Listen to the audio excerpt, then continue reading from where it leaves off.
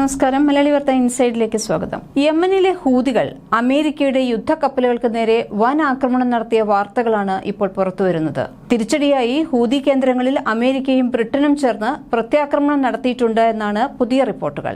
യമനിലെ ഹൂതികൾ രണ്ടും കൽപ്പിച്ചാണ് നിലയുറപ്പിച്ചിരിക്കുന്നത്. അമേരിക്കയും ഇസ്രയേലും ഹൂതികളുടെ മുന്നിൽ അല്പമൊന്ന് അടിപതറിയിട്ടുണ്ടോ എന്നാണ് സംശയം. ഗാസയിലെയും ലബനിലെയും സിറിയയിലെയും മാത്രമല്ല യമനിലെയും ആക്രമണങ്ങൾ അവസാനിപ്പിക്കണം എന്നതാണ് ഇറാന്റെ ആവശ്യം. ഈ കാര്യം നടപ്പാക്കുന്നതുവരെ ഒരു സമാധാന ശ്രമവും നടക്കില്ല എന്നത് ഇറാൻ വ്യക്തമാക്കി കഴിയുകയും ചെയ്തു. പലസ്തീനികളുടെ അവകാശങ്ങൾ സംരക്ഷിക്കപ്പെടാൻ ഏതറ്റം വരെയും പോകുമെന്നതാണ് ഇറാന്റെ പ്രഖ്യാപിത നിലപാട്. ഇറാന്റെ പിന്തുണയോടെയാണ് ഇസ്രയേലിനെ വിറപ്പിക്കുന്ന 3 സായുധ ഗ്രൂപ്പുകൾ പ്രവർത്തിക്കുന്നത്. ഇതിൽ ആദ്യത്തേതാണ് ഹമാസ്. ഹമാസ് ഗാസയിൽ 1 വർഷത്തോളമായി ഇസ്രയേലിനെതിരെ യുദ്ധം ചെയ്തുകൊണ്ടിരിക്കുക തന്നെയാണ്. ലബനനിൽ ഹിസ്ബുള്ള ഏകദേശം 1 വർഷമായി ഇസ്രയേലുമായി നിരന്തരം ഏറ്റുമുട്ടുന്നു. 3ാമത്തെ ഇറാൻ പിന്തുണയുള്ള സംഘടനയാണ് യമനിലെ ഹൂതികൾ. 9 വർഷമായി യമനിൽ തന്നെ കടുത്ത ആഭ്യന്തര യുദ്ധത്തിലൂടെയാണ് ഹൂതികൾ കടന്നുപോകുന്നത്. ഇതിനിടയിലാണ് ഗാസയെ ഇസ്രയേൽ ആക്രമിച്ചതും അതിന് പ്രതികാരമായി ഹൂതികൾ ഇസ്രയേൽ കപ്പലുകൾക്ക് നേരെ ചെങ്കടലിൽ ആക്രമണം അഴിച്ചുവിട്ടിട്ടുള്ളതും. ഇറാൻ പറയാതെ ഹിസ്ബുള്ളയും ഹമാസും ഹൂതികളും ഒരടി പോലും നീങ്ങില്ല എന്നത് ഉറപ്പാണ്. അതുകൊണ്ട് തന്നെ ഒരു വെടിനിർത്തലിനുള്ള സാധ്യതയും തൽക്കാലം ഇല്ല.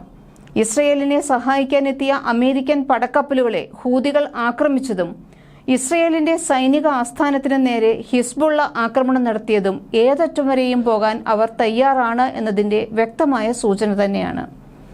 ഇസ്രയേൽ ഗാസയിലെ ആക്രമണത്തിൽ നിന്ന് പിന്മാറണമെന്നാവശ്യപ്പെട്ടാണ് ഹൂതികളുടെ ആക്രമണം.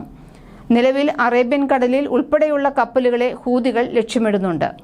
കഴിഞ്ഞ 1 വർഷത്തിനുള്ളിൽ ഏകദേശം 90ഓളം കപ്പലുകളാണ് ഹൂതികൾ ആക്രമിച്ചിട്ടുള്ളത്. ഇവയിൽ 2 കപ്പലുകളെ മുഴുവനായും ഹൂതികൾ കടലിൽ മുക്കിയിട്ടുണ്ട്. 4 നാവികരെ കൊലപ്പെടുത്തി. ഹൂതികൾ ഹൈജാക്ക് ചെയ്ത ഒരു കപ്പൽ ഇപ്പോഴും യമനിലെ തീരത്ത് കടക്കുകയാണ്. ഇതെല്ലാം സംഭവിക്കുമ്പോഴാണ് അമേരിക്കയെ പോലും ഞെട്ടിപ്പിച്ചുകൊണ്ട് അവരുടെ ഏറ്റവും വലിയ സമ്പാദ്യമെന്ന് വിലയിരുത്താൻ കഴിയുന്ന കപ്പലായ എബ്രഹാം ലിങ്കണെയും ആക്രമിച്ചിരിക്കുന്നത്. ചെങ്കടലിനോട് ചേർന്ന് അറബിക്കടലിലാണ് ഈ കപ്പൽ നങ്കൂരമിട്ടിരിക്കുന്നത്. അമേരിക്കയുടെ 16ാമത്തെ പ്രസിഡന്റായ എബ്രഹാം ലിങ്കന്റെ പേരിലാണ് ഈ കപ്പൽ. വിമാനവാഹിനി കപ്പൽ കൂടിയാണ് ഇത്.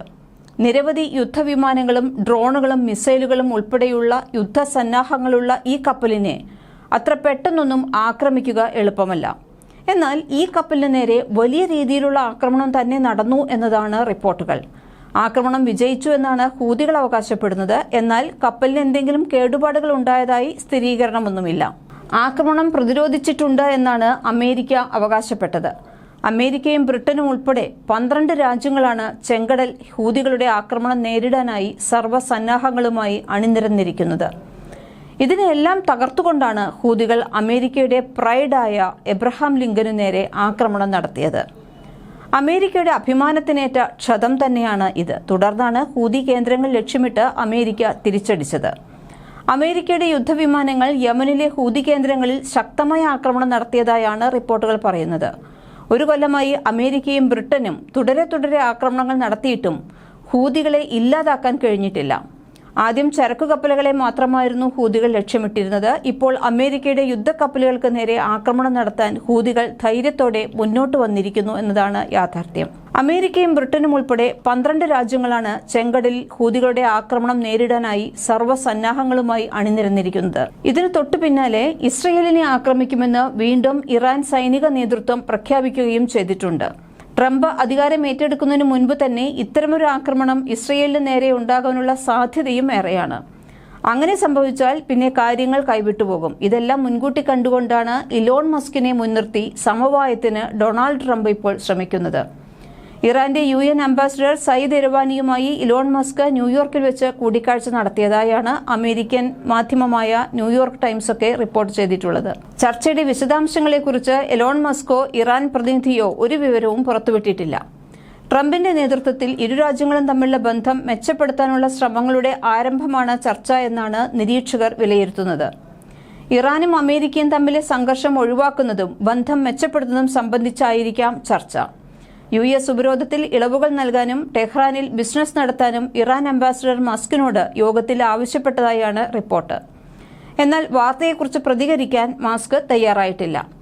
ട്രംപിന്റെ കമ്മ്യൂണിക്കേഷൻസ് ഡയറക്ടറും പ്രതികരണത്തിന് തയ്യാറായില്ല. ഇപ്പോഴും ലെബനിൽ ആക്രമണം തുടരുക തന്നെയാണ്. വെടിനിർത്തൽ നീക്കങ്ങൾ പുരോഗമിക്കുന്നതിനിടെ ഗാസയിലും ലെബനനിലും സിറിയയിലും ആക്രമണവുമായി ഇസ്രയേൽ. ലെബനനിലെ ആക്രമണത്തിൽ 12 പാരാമെഡിക്കൽ ജീവനക്കാർ കൊല്ലപ്പെട്ടു എന്നാണ് ലോകാരോഗ്യ സംഘടനാ മേധാവി ടെഡ്രോസ് അഡാനം ഗബ്രിയേസസ് പറഞ്ഞത്. രാവിലെ 9:58-നും 10-നും ഇടയിൽ ലെബനനിൽ നിന്ന് പടിഞ്ഞാറൻ ഗലീലി പ്രദേശത്തേക്ക് ഏകദേശം 20 റോക്കറ്റുകൾ വിക്ഷേപിച്ചതായി IDF സ്ഥിരീകരിച്ചിട്ടുണ്ട്.